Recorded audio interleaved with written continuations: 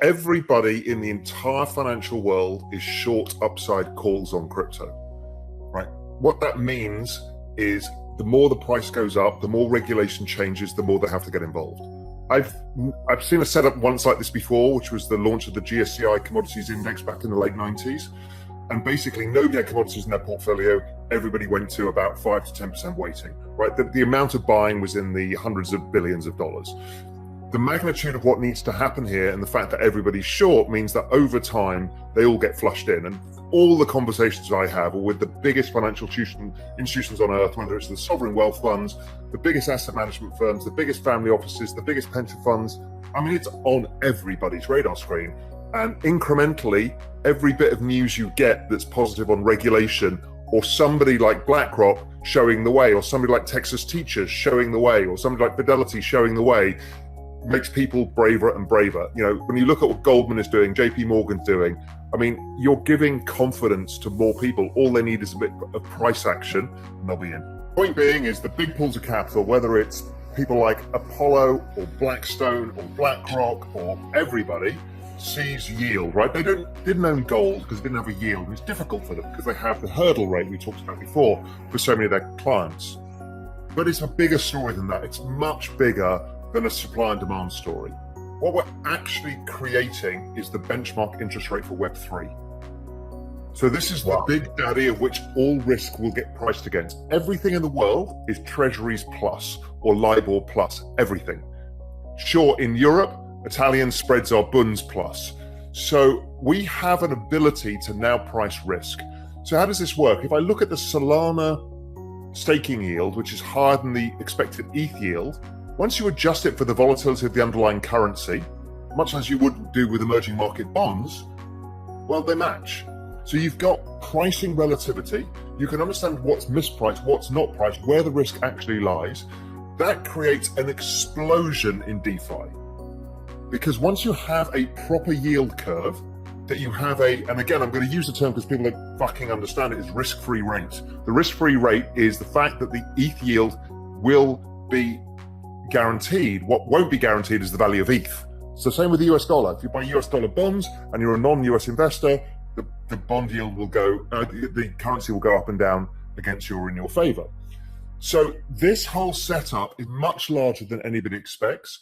If we want to see where DeFi goes, this is the big unlock. It's also the big unlock for institutions. It's the big unlock for pension funds, as long as Kevin said, regulation comes as well. This is a much larger impact than anything that's happened in this space since the launch of stable coins and the launch of Ethereum. That's how big it is to me. But it's not like overnight, you need to buy it now, it's going to go up immediately. I'm talking about structurally, you know, as Kevin said, as regulation eases, as people understand and have clarity, this becomes a monstrous asset for this entire new financial world. That have been, that has not changed, and I just keep adding. So that's ETH, Bitcoin, a few other tokens. I've got this fund-to-fund business, so invested in that across digital asset hedge funds to capture some of the alpha of the space.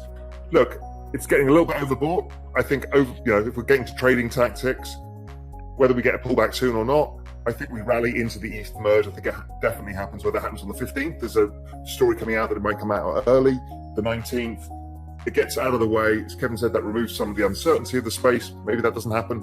There's still a probability that something goes wrong. Then I think it's buy the rumor, sell the fact. It's pretty standard market operation.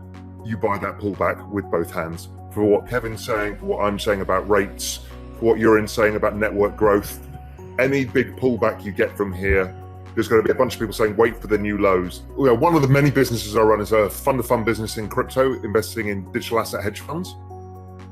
We can see by the performance, most people are underweight.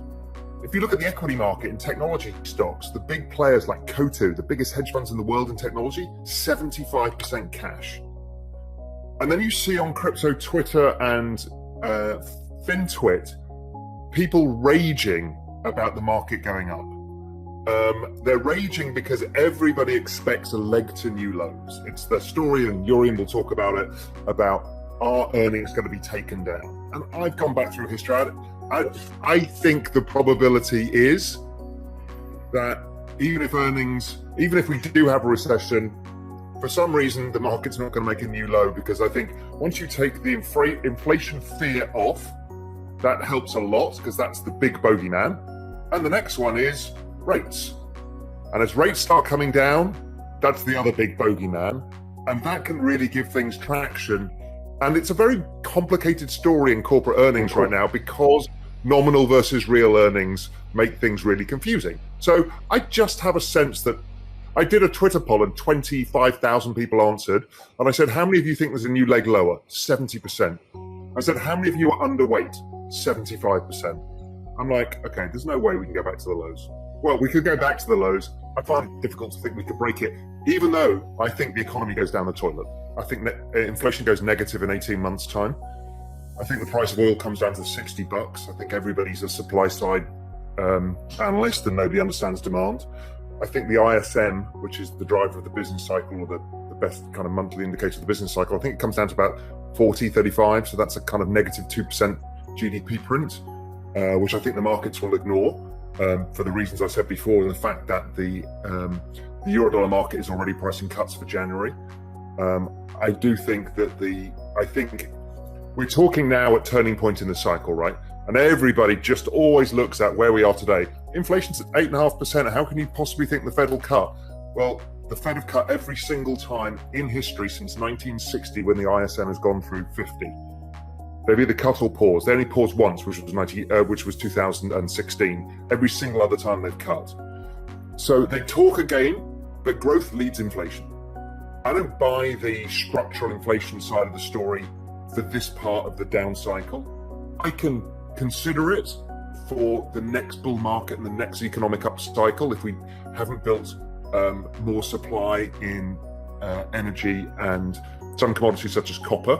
But copper's been screaming at you that inflation is not an issue. Every single commodity, from wheat to copper to aluminium to everything, is down 25 to 50%. It's only oil and gas for the reasons we know.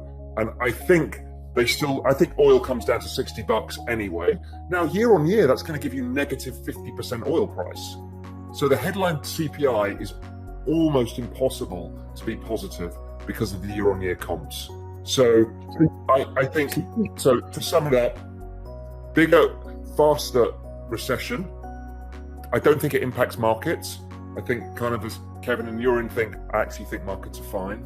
I think the bond market does extremely well because it's utterly mispriced. It's the most mispriced of all the other assets versus the business cycle.